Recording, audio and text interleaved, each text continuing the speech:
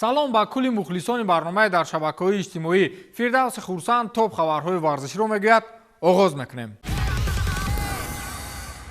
Мунтахаби Тоҷикистон таҳти раҳбарии мутахассиси гурҷӣ Гела Шакиладзе барои бозии сеюми даври дуюми марҳилаи интихобии ҷоми ҷаҳон 2026 дар гурӯҳи Ҷ муқобили тими миллии Арабистони Саудӣ вориди шаҳри Риёз шуд. Ба ҳайати мунтахаби Тоҷикистон 25 бозингар, 3 дарвозабон, 8 ҳимоятгар, 10 нимҳимоятгар ва 4 ҳамлагар шомиланд ки аз ин шумора 23 нафар ба дархости ниҳоӣ шомил хоҳанд шуд. қобили зикр аст ки бозии интихобии ҷоми ҷаҳон 2026 миёни дастаҳои мунтахаби Арабистони Саудӣ ва Тоҷикистон 21 март дар варзишгоҳи донишгоҳи Шоҳ Сауд баргузор шуда соати 23:59 ба вақти душанбе оғоз мешавад.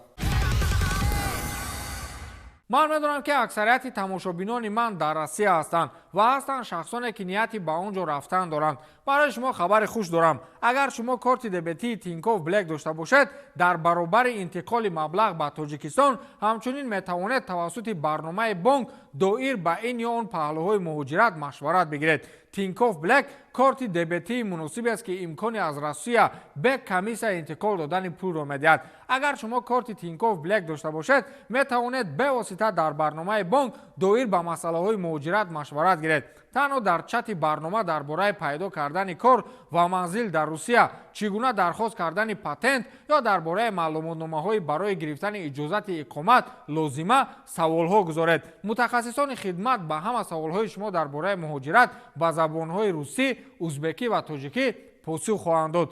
ба пайванди дар тавсиф буда гузаред ва ҳоли ҳозир корти Тинькофф Блек дархост кунед, то ки дар давоми як моҳ доир ба масъалаҳои муҳоҷират ба забони бароятон мусоид ройгон машварат гиред. Тинькофф Блек ва машваратҳои ройгон доир ба масъалаҳои муҳоҷират дар ин ҷост. Барселона клопи худро дорад. ин бародари калонии Хави Эрнандес аст. Оскар Эрнандес на танҳо шахси наздиктарин дар ҳаёти Хави аст ки ба ӯ бештар бовар мекунад, балки ёрдамчии ӯ ҳамчун сармураббӣ дар дастаи Барселона мебошад ки ба ривояте футболро на камтар аз Хави мефаҳмад. дар утоқи либоспӯшӣ Эрнандес тахаллуси Оскар Клопро дорад. аввал ин ки ӯ ба Юрген Клоп хеле монанд аст ва ба як нигоҳ чеҳраи олмониро ба назар меорад ва дуюм ӯ низ мисли Клоп гарданшахи принсипдор аст. Оскар ба ҷои бародари хашмгинаш ки пайваста корти зард ва ё сурх мегирад, аллакай 6 бозӣ анҷом дода, дар ҳамаи 6 бозӣ бо фарқияти тӯбҳои 17-3 ғолиб омадааст. Оскар Клопро акнун 2 бозии дигар ба сифати мураббии муваққатӣ дар пеш аст ва шумо боварӣ доред ки ӯ силсилаи бебохтову ғолибиятҳои худро идома дода метавонад. агар дар 2 бозии оянда ғолиб шавад, бояд Барселона дар мавриди Хавиро бартараф кардану масъалаи Оскарро дидан чуқуртар андеша кунад. Ноттингем Форест аз ҷониби Премер-лигаи Англия ба ҳадди 4 имтиёз аз ҷадвал барои нақзи қоидаҳои молиявӣ муҷозот шуд ва ба минтақаи аутсайдерон рафт ки ҳоло ин мавзӯъ баҳси калонеро дар Премер-лигаи Англия ба вуҷуд овардааст.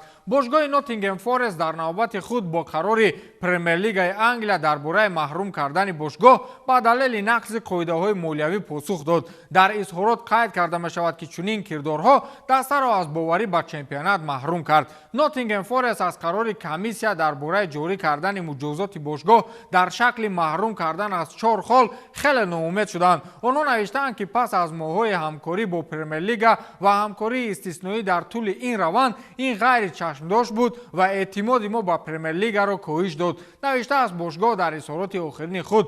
қабл аз таҳримҳо Ноттингем Форест 25 имтиёз дошт ва дар ҷадвали чемпионати Англия дар ҷои 17 буд. бо назардошти кам шудани холҳо, ӯ ба таври автоматӣ ба мавқеи 18 меафтад ва дар минтақаи берун шудан аз лигаи асосии Англия қарор мегирад. зимнан зикр гардид ки Ноттингем Форест ният дорад аз болои қарори Премер-лига шикоят барад.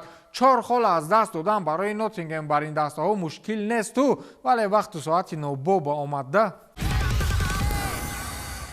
қиссаи хеле таъсирбахш аз чемпионати Дания.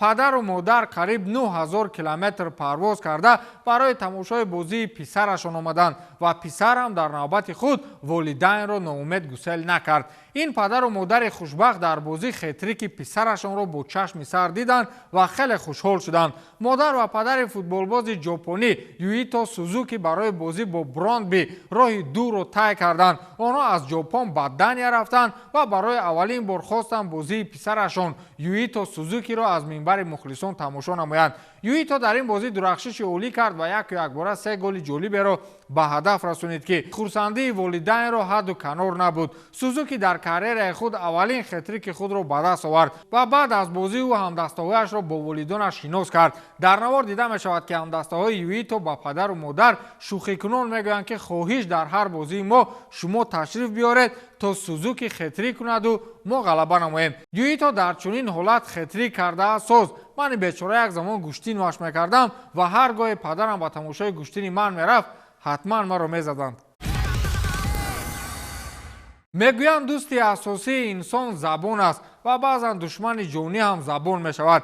ҳамин гуна як мушкилии хеле ҷиддӣ аз рӯи забон бар сари Франческо Ачерби омадааст.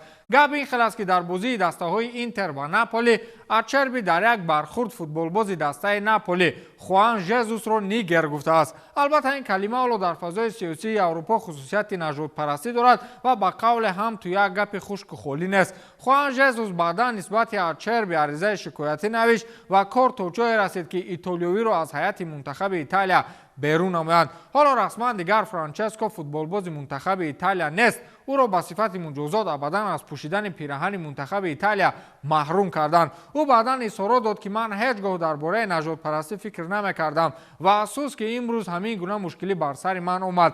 аламовараш он аст ки ман ҳайати мунтахаби Италияро тарк кардам. пираҳани ин мунтахабро ба бар кардан орзуи деринаи ман буд, гуфтааст Франческо Ачерби.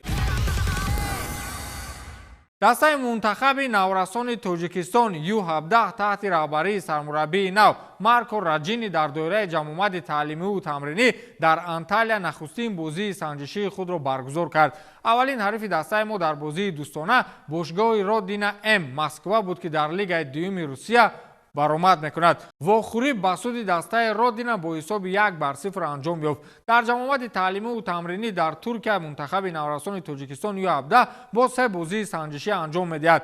рӯзи 20 март наврасони мо бо дастаи наврасони Алания Спор ва рӯзҳои 23 ва 25 март бо мунтахаби наврасони Русия рақобатҳои санҷишӣ баргузор мекунанд. бояд гуфт ки барои мунтахаби наврасони Тоҷикистон ҷамъомади таълимӣ дар Анталия як марҳилаи омодагӣ ба даври интихобии ҷоми Осиё 2025 мебошад ки аз 19 то 27 октябри соли ҷорӣ баргузор мешавад. рақибони дастаи мо дар даври интихобӣ дертар маълум хоҳад шуд. ба ҳамин тамом то дидори навбатӣ хайр.